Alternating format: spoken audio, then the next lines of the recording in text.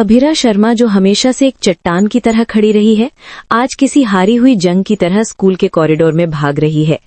उसका दिल किसी दीवाने की तरह धड़क रहा है। हर सांस में सिर्फ एक नाम है, मायरा। उसे पता चल चुका है कि उसकी बिटिया, उसकी अपनी जान इसी स्कूल में है। वो स्कूल के गेट पर थक कर रुकती है।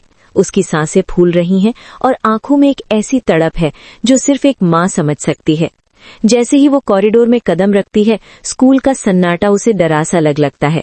वो हर बच्चे के चेहरे में अपनी मायरा को ढूंढ रही है, हर आवाज में अपनी गुड़िया की हंसी तलाश रही है। तभी दूर से एक झलक दिखती है, वो मायरा ही है। अभिरा के पैरों तले जैसे जमीन खिसक गई हो। मायरा, उसके होंठ थरथराते हैं, पर आवाज गले में ही दब जाती है। मायरा अब वो छोटी बच्ची नहीं रही जो अभिरा की गोद में खेलती थी। वो बड़ी हो गई है। उसके चेहरे पर एक ऐसी ठंडक और अकड़ है जो अभिरा ने कभी तसव्वुर भी नहीं की थी। अभिरा उसे देखती है और उसे महसूस होता है कि मायरा कितनी कमजोर और पतली लग रही है। मेरी गुड़िया इतनी पतली कैसे हो गई? क्या तू ठीक से खाती नहीं है? अभिरा का कलेजा छलनी हो जाता है, लेकिन वो करीब जाने की हिम्मत नहीं जुटा पाती, क्योंकि वो जानती है कि मायरा के लिए वो एक माँ नहीं, बल्कि उसकी जिंदगी का सबसे बड़ा जख्म है। एक ऐसा जख्म जिसे मेहर ने नफरत के नमक से और भी गहरा कर दिया है। वहां स्कूल के दूसरे कोने में मुक्ति को अचानक एक पैनिक अटैक आ जाता है। वो रोने लगती है, उसका दम घुटने लगता है। वो दीवार का सहारा लेकर वहीं बैठ जाती है। मायरा उसे देखकर हैरान और परेशान है। मुक्ति की यह हालत सिर्फ एक बीमारी नहीं है, बल्कि वो बोझ है जो वो ढो रही है। वो बोझ जो अभिरा और मायरा की सच्चाई से जुड़ा है।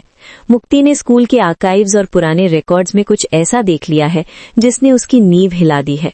उसे समझ आ गया है कि मायरा का गुस्सा एक ऐसी गलतफहमी की नींव पर खड़ा है जो सालों पहले मेहर ने बुनी थी। अभिरा अब और इंतजार नहीं कर सकती। ममता का समुद्र सब बंद तोड़ देता है। वो मायरा की तरफ कदम बढ़ाती है। जैसे ही मायरा मुड़ती है और अभिरा को अपने सामने देखती है, पूरा कॉरिडोर जैसे वक्त के साथ जम जाता है। मायरा की आंखों में पहले हैरानी आती है, फिर एक डर और फिर बेहिसाब नफरत। अभिरा अपना हाथ बढ़ाती है मायरा के बिखरे हुए बाल सुलझाने के लिए, लेकिन मायरा पीछे हट जाती है, जैसे उसे किसी जलती हुई आग ने छू लिया हो। हाथ मत लगाना, खबरदार जो मुझे छुआ। मायरा की ये चीख स्कूल की हर दीवार से टकराकर वापस आती है। अभिरा का हाथ हवा में ही ठिठक जाता है। एक माँ के लिए इससे बड़ी सजा और क्या होगी कि उसकी अपनी औलाद उसे अछूत समझने लगे। मायरा का गुस्सा एक ज्वालामुखी की तरह फट पड़ता है। क्यों आई हो यहाँ? क्या दिखाने आई हो कि तुम कितनी महान हो? अभिरा रोने लगती है।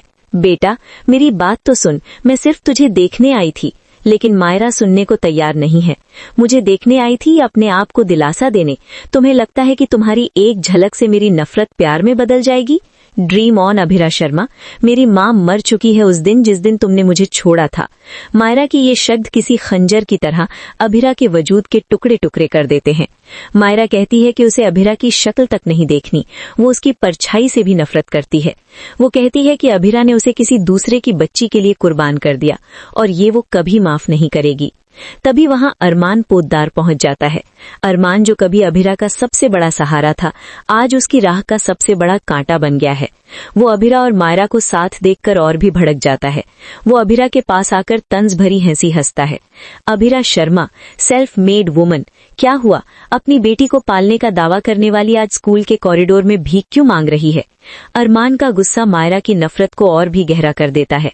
अगर तुमने इतने एफर्ट्स अपनी बेटी के लिए किए होते तो आज वो तुमसे दूर नहीं भागती। तुम माँ कहलाने के लायक नहीं हो अभिरा।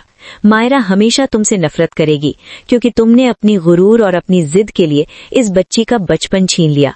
अभिरा अरमान की तरफ देखती है। उसकी आंखों में दर्द और आग दोनों है। मैंने उसे नहीं छोड़ा अरमान, तुमने मुझे मजबूर किया था। तुमने मुझे उस घर से निकाला, तुमने मुझे चुनने पर मजबूर किया था। लेकिन अरमान सुनने को तैयार नहीं है। बहाने बनाना बंद करो अभिरा। हकीकत तो ये है कि आज तुम अकेली हो, न पति है, न बेटी, न परिवार। बस अपने झूठे उसूलों के साथ बैठी रहो। दोनों के बीच की ये कटुआ बहस मायरा को और भी दूर कर देती है। उसे लगता है कि उसके माँ बाप के लिए वो सिर्फ एक जिद का हिस्सा है, प्यार का नहीं। वो वहां से भागने लगती है। इस सब के बीच मुक्ति स्कूल के रिकॉर्ड्स रूम में घुस जाती है। उसे वो पुरानी फाइल मिल जाती है जिसमें मेहर और अभिरा के रिश्ते का असली सच दबन है। वो कांपते हाथों से फाइल खोलती है और उसके होश उड़ जाते हैं। उसके हाथ में एक पुरानी धुंधली तस्वीर लगती है, अभिरा की, जब वो माँ बनने वाली थी, और उसके बगल में मेहर की एक चिट्ठी। उस तस्वीर और चिट्ठी के पीछे कुछ ऐसा लिखा है जो मेहर की सारी साजिशों का पर्दाफाश कर देता है। मुक्ति को समझ आ गया है कि मायरा को अभिरा के खिलाफ बचपन से ही जहर पिलाया गया था। मेहर ने एक ऐसा झूठ बुना था जिसने मायरा के दिल में अपनी ही माँ के लिए नफरत की दीवार खड़ी कर दी थी।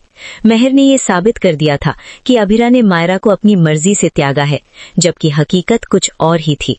मुक्ति ठान लेती है कि वो अब ये सच मायरा को बताकर रहेगी, चाहे पूरा परिवार उसके खिलाफ हो जाए। वो रिकॉर्ड्स रूम से बाहर दौड़ती है, कॉरिडोर में जहां अभिरा, अरमान और मायरा के बीच की तकरार अभी भी जारी है। लेकिन तभी मायरा स्कूल के गेट की तरफ भाग जाती है। अभिरा उसके पीछे चिल्लाती है, मायरा रुको, एक बार मेरी बात सुनो। लेकिन मायरा पीछे मुड़कर नहीं देखती। अभिरा वहीं कॉरिडोर की फर्श पर गिर जाती है, फूट फूट कर रोने लगती है। उसका रोना इतना दर्दनाक है कि स्कूल का हर बच्चा थम जाता है। अरमान वहां खड़ा है, उसका दिल एक पल के लिए पिघलना चाहता है। वो अभिरा को उठाना चाहता है, लेकिन उसकी पुरानी नफरत और उसका ईगो उसे वहीं रोक लेती है। वो सिर्फ एक तंज भरी नजर डालता है और पलट जाता है। स्कूल का ये कॉरिडोर अब सिर्फ एक इमारत नहीं रह गया है, ये रिश्तों का कब्रिस्तान बन गया है, जहां हर पल एक उम्मीद दम तोड़ रही है।